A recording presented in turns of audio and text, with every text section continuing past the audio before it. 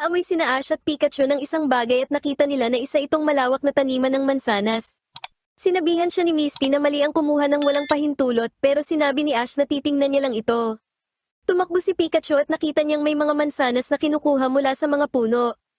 Narinig niyang may kumakain sa mga ito at nahuhulog ang mga tira mula sa puno. Dumating ang mga bida at nadismaya kay Pikachu sa pag-aakalang kumain siya ng mga mansanas ng walang pahintulot. Itinuro ni Pikachu ang mga puno at tumingin ang mga bida, pero biglang may nahulog na mansanas at nakita nilang hawak ito ni Pikachu. Biglang nahuli ng isang lambat si Pikachu. Isang babae ang dumating at sinabing nahuli na niya ang magnanakaw, nakipag-flirt si Brock sa babae at sinabing dapat parusahan ng Pikachu ng kanyang kaibigan. Dahil naniniwala siya na inosente si Pikachu, itinapon ni Ash ang lambat at nadiskubre ang isang interesanteng katotohanan, hindi tugma ang marka ng kagat sa mansanas sa panga ni Pikachu. Humingi ng paumanhin ang babae dahil maling Pokemon ang kanyang napagbintangan, at ipinaliwanag na masakit sa damdamin kapag may kumakain ng mga mansanas mula sa mga punong matagal mong inalagaan. Ang babae na si Charmaine ay nagpapatakbo ng taniman ng mag-isa. Nagpa siya ang mga bida na tulungan na mag-ani ng mga mansanas si Charmaine dahil mabait ito sa kanila. Nangako si Brock na mag-aani gabi at araw, bagaman hiniling ni Misty na sana ay bumili na lang sila ng mga mansanas sa supermarket. Ipinakita sa kanila ni Charmaine ang isang sistema ng mga noisemaker trap na nagtataboy sa mga PG kung gusto nilang kumuha ng mansanas, pero hindi pa rin ito napipigilan ng magnanakaw sa pagkain sa mga ito. Gumamit si Meowth ng isang robot arm para kumuha ng mansanas, pero binatukan siya ni Jessie at ipinaalala naman ni James na kailangan nilang maghati sa mansanas. Pumayag si Meowth pero may kumain na ng mansanas sa kanyang kamay, at may nag-trigger ng trap, kaya tumakbo sila palayo bago pa sila mapagbintangan. Sinundan ito ng mga bida at nakita nilang nag-iwan muli ang mga magnanakaw ng mansanas na may parehong marka ng kagat. Relax lang ang mga magnanakaw, pero dumating si Pikachu at inakusahan silang nagnanakaw ng mga mansanas. Sa patuloy na pagsunod sa mga magnanakaw, nakarating si Pikachu sa isang lugar kung saan ang isang grupo ng mga Pokemon ay nasa panganib dahil sa isang Fearow. Sinundan ng mga bida ang bakas at nakitang ang mga magnanakaw ay isa palang grupo ng mga Pichu. Nang umatake ang Fearow ay kinuryente ito ng mga Pichu, pero nakuryente rin nila ang kanilang mga sarili. Nakabawi ang Fearow at aatake sana muli, pero inatake ito ng Thunderbolt ni Pikachu kaya napilitan itong umatras. Pinuri ni Ash si Pikachu na naging sanhi para humanga ang mga Pichu kay Pikachu. Ibinalik ng mga Pichu ang mga kinuha nilang mansanas, pero napansin ng mga bida na mukhang matagal nang hindi kumakain ang mga ito, at naalala naman ni Charmaine na may ulat na mas kaunti ang tumubong mga prutas sa kagubatan ngayong taon, kaya ibinigay na lang ni Charmaine ang mga mansanas sa mga Pichu. Nag-aalala si Charmaine na baka sa sobrang pagkagusto ng mga Pichu sa mansanas ay wala nang matira para sa taniman, pero may naisip na ideya si Ash. Nagpaplano ang Team Rocket na mag-ani ng mga mansanas nang makita nila ang ilang PG na gustong kumuha ng mga mansanas. Pinatunog ni Pikachu ang alarma at dumating ang mga Pichu para kuryentehin ang mga PG. Umatras ang mga PG pero pagod ang mga Pichu sa ginawa nilang atake. Nakita ni na Misty, Brock at Charmaine na sumusunod ang mga Pichu sa utos ni Pikachu. Sinabihan ni Ash si Pikachu na magpatuloy sa susunod na bahagi. Ipinakita ni Pikachu sa mga Pichu na kailangan nilang anihin ang mga mansanas at ilagay ang mga ito sa isang kahon. Sumunod naman ang mga Pichu, kaya pinayuhan ni Ash si Charmaine na maaari silang maging partners ng mga Pichu gaya nila ni Pikachu, sa halip na maging magkaaway.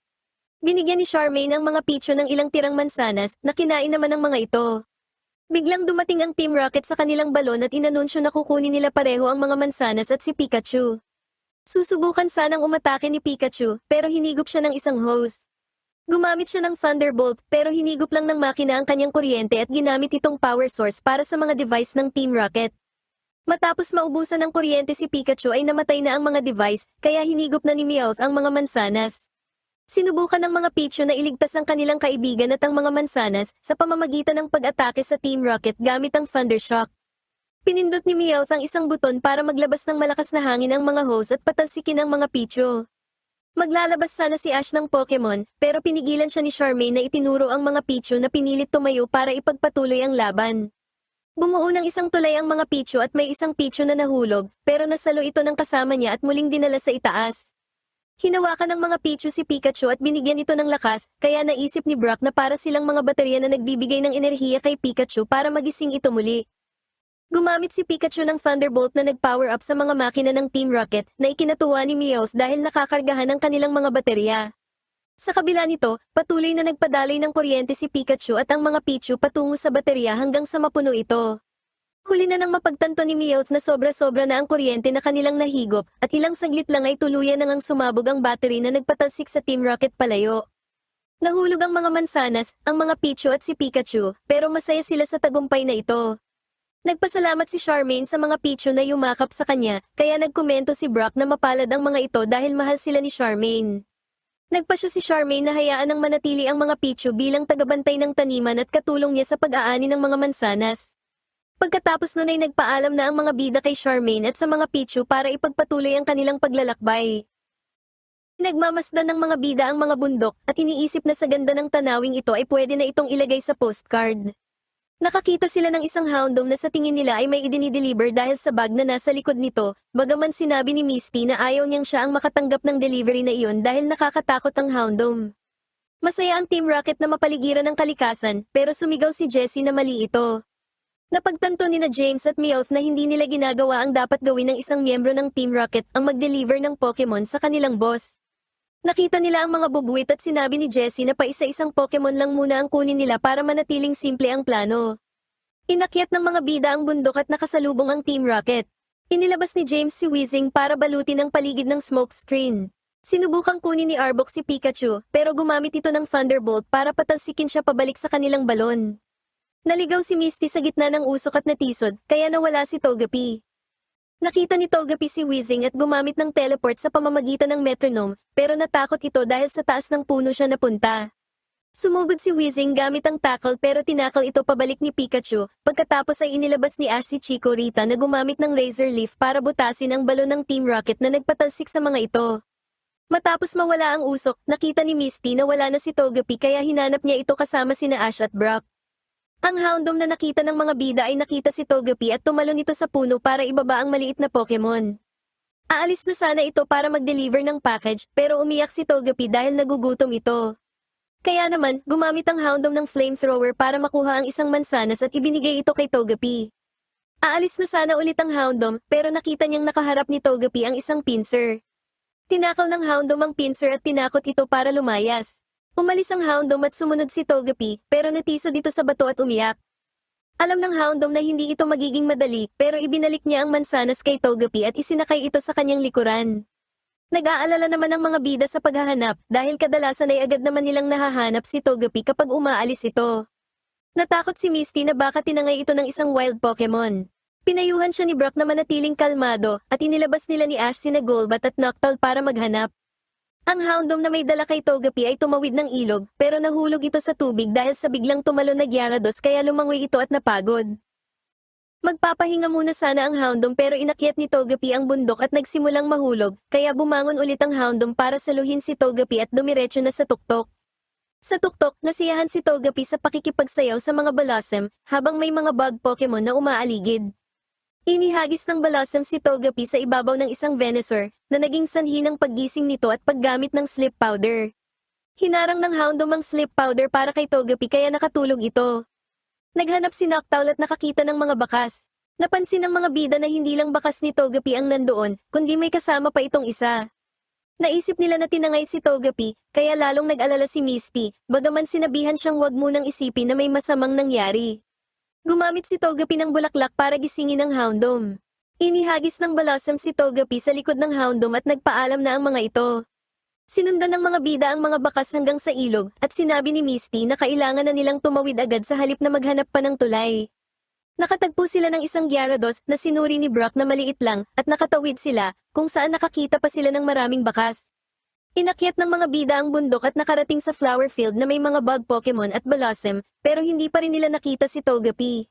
Galit na galit si Jessie sa huling pagkaka-blast off nila nang mapansin ni James na bumabagsak ang kanilang balon. Nakita ni Meowth na sumisingaw ang tinahi nilang butas, pero natakal ng isang Gyarados ang kanilang balon kaya sa tabi ng ilog sila bumagsak.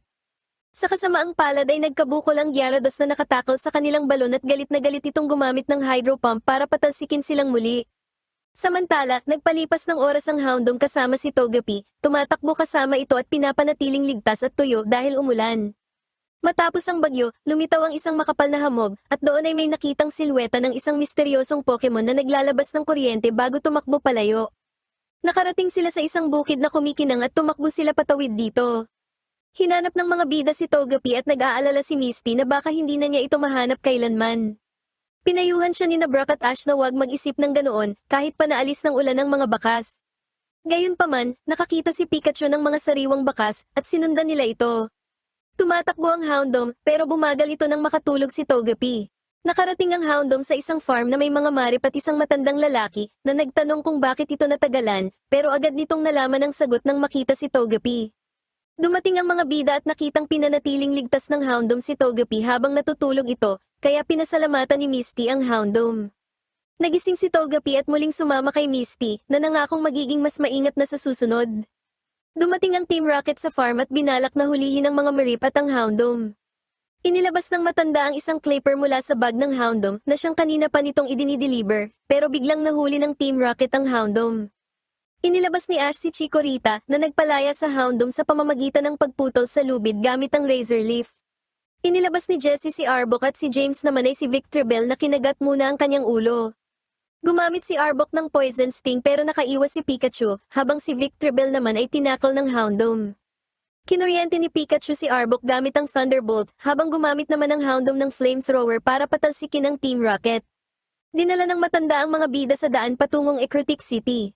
Paalis na sana ang mga bida, pero bumalik si Togepi sa kanyang kaibigan na si Houndoom. Umiling ang Houndoom dahil hindi pwedeng manatili doon si Togepi. Umiyak si Togepi, pero niyakap ito ni Misty at ipinaliwanag na kailangan na nilang magpaalam. At sa ganoon, nagpaalam na si Togepi kay Houndoom.